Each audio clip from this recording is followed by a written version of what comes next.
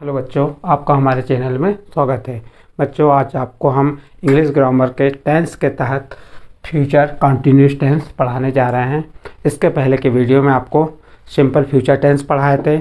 अब आज हम आपको फ्यूचर कंटिन्यूस टेंस पढ़ा रहे हैं।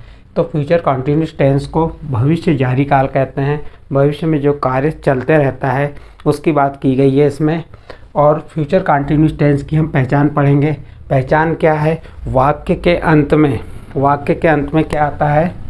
वाक्य के अंत में रहा होगा, रहे होंगे, रही होगी, रहा होगा। यदि ये वाक्य के अंत में आता है तो आप समझ जाइए कि ये किस टेंस की बात कर रहे हैं। फ्यूचर कंटिन्यूस टेंस की बात कर रहे हैं। तो वाक्य के अंत में क्या होगा? रहा होगा, रहे होंगे, रही होगी, रहा होगा। यदि आते हैं तो ये किस टेंस की बात है? फ्यूचर कंटिन्यूस टेंस की। ये हिंदी में पहचान हुई। जब हिंदी से हम इंग्लिश में ट्रांसलेट करते हैं तो हमें उसको बदलने के लिए स्ट्रक्चर की आवश्यकता होती है, और स्ट्रक्चर को हिंदी में संरचना कहते हैं। स्ट्रक्चर 4 प्रकार के होते हैं। अफर्मेटिव होते हैं, negative, interrogative, affirmative, interrogative, negative. इस प्रकार से जो सेंटेंस होते हैं 4 प्रकार के, और 4 प्रकार के हम स्ट्रक्चर बनाएंगे। पहला स्ट्रक्चर आता है सब्जेक्ट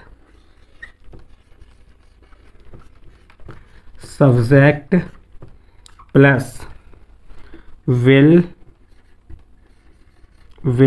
या shall plus be plus verb की first form plus ING plus object.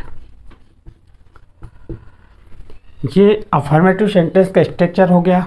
क्या हो गया? Subject plus will shall plus be plus verb की first form plus ING plus object.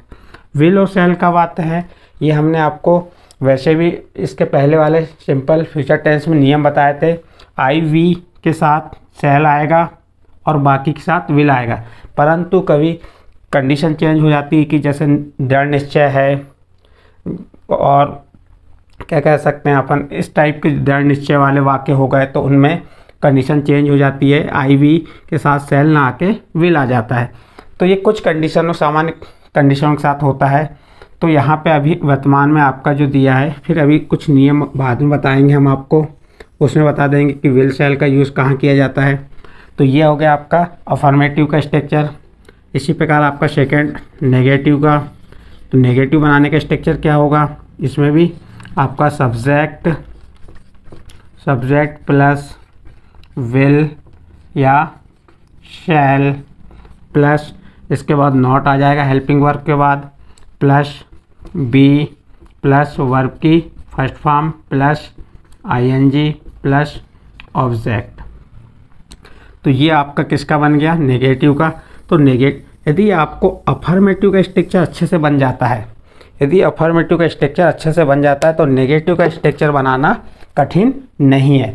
तो फिर से एक बार हम अफर्मेटिव स्ट्रक्चर को रिपीट कर रहे हैं।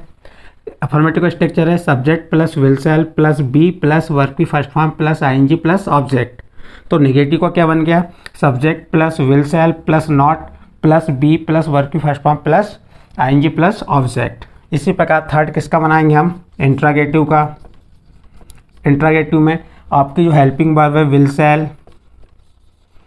शैल कहाँ जाएगी? शुरू में। फिर आएगा आपका सब्जेक्ट। क्या आ गया? सब्जेक्ट। फिर विल शैल आ गया, सब्जेक्ट आ गया। फिर आएगा बी प्लस वर्ब की first form plus ING plus object plus प्रश्नवाचक चिन्ह। तो ये किसका स्ट्रक्चर बन गया? आपका इंट्रोगेटिव का बन गया। तो आपका अफर्मेटिव का ये हो गया subject will shall plus be plus verb की first form plus ING plus object. Negative क्या हो गया? Subject plus will shall plus not plus be plus verb की first form plus ING plus object. फिर इंट्रोगेटिव क्या हो गया? Will shall plus subject plus be plus verb की first form plus ING plus object plus question mark. इसी प्रकार चौथा बनेगा आपका नेगेटिव प्लस इंट्रोगेटिव। तो नेगेटिव प्लस इंट्रागेटिव का स्ट्रक्चर हम बनाएंगे। तो विल शैल तो आएगा इसमें भी, विल या शैल प्लस सब्जेक्ट प्लस उसके बाद नॉट लग जाएगा, प्लस बी प्लस वर्ब की first form plus ING plus object plus प्रश्नवाचक चिन्ह। तो इस प्रकार से नेगेटिव इंट्रागेटिव का बन गया। नेगेटिव इंट्रागेटिव में हेल्पिंग वर्ब शुरू में आ जाएगी और सब्जेक्ट के बाद क्या आ जाएगा, नॉट। तो दोनों बन जाएंगे, विल शैल से इंट्रागेटिव बन गया और नॉट लगाया तो नेगेटिव। इस प्रकार नेगेटिव इंट्रागेटिव सेंटेंस हो गया। तो आपको हमने फ्यूचर कंटिन्यूअस टेंस की पहचान बताए। पहचान क्या हुई, रहा होगा, रहे होंगे, रही होंगी, रहा होगा, और उसके चारों स्ट्रक्चर बताए। पहला स्ट्रक्चर अफर्मेटिव का बताए, दूसरा नेगेटिव का बताए, तीसरा इंट्रागेटिव का बताए और चौथा नेगेटिव इंट्रागेटिव। अब इसके बाद आपको इसके जो नियम है, विल और शैल का तो यूज़ हमने आपको बताई दी थी, फिर भी एक बार रिपीट कर देते हैं। विल का यूज़ आई वी के साथ शैल लगाएंगे। यदि आपका सब्जेक्ट आई वी है, यदि सब्जेक्ट क्या है आई वी है, तो किसका यूज़ करेंगे, शैल का। बाकी के साथ विल का यूज़ किया जाता है। ठीक है बच्चों, अब आपको हम इसके कुछ एग्जाम्पल बताएंगे। अब आपको हम फ्यूचर कंटिन्यूअस टेंस के जो एग्जाम्पल हैं वो बता रहे हैं, हिंदी से इंग्लिश में कैसे चांस बदलते हैं वो बता रहे हैं। देखिए, पहला है वे स्नान कर रहे होंगे। तो वह स्नान कर रहे होंगे, तो हमने जैसे आखिरी में देखे रहे होंगे, तो ये पहचान हो जाएगी कि फ्यूचर कंटिन्यूअस टेंस है। जब पहचान मालूम हो गई, अब उसको इंग्लिश में ट्रांसलेट करना है, तो हमको इसका स्ट्रक्चर मालूम होना चाहिए। स्ट्रक्चर क्या होता है, subject plus will shall plus be plus verb की first form plus ING plus object. ये स्ट्रक्चर भी मालूम होना चाहिए। फिर विल आएगा कि शैल आएगा, ये भी मालूम होना चाहिए।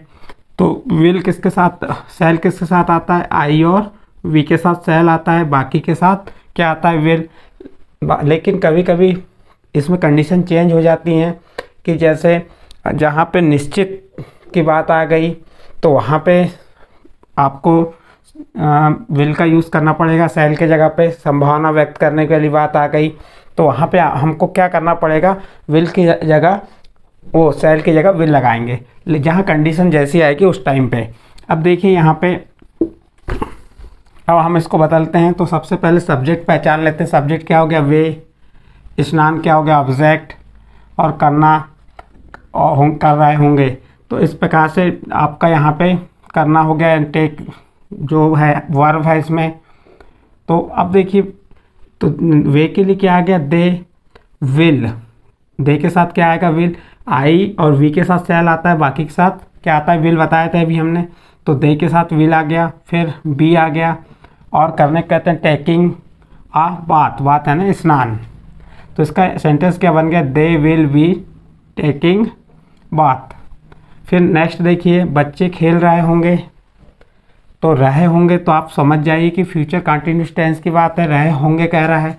तो बच्चे को चिल्ड्रन कहेंगे, चिल्ड्रन के साथ विल आएगा, चिल्ड्रन विल बी प्लेइंग। खेलने को क्या कहते हैं, प्लेइंग। इसमें ऑब्जेक्ट नहीं दिया है और विल।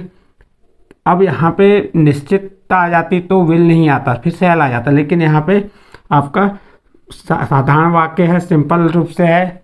तो बच्चे खेल रहे होंगे, तो चिल्ड्रन विल बी प्लेइंग। फिर इसके बाद देखिए, हम खेलते रहेंगे, तो विल शैल बी प्लेइंग। तो यहाँ वी आया, इसलिए क्या आ गया, शैल आ गया। और खेलने कहते हैं प्लेइंग। मैं पढ़ता रहूँगा, तो आई, मैं के लिए आई आया, आई के साथ क्या आएगा, shall be playing. Sorry, playing नहीं, यहाँ पे आएगा रीडिंग, RADIG, रीडिंग।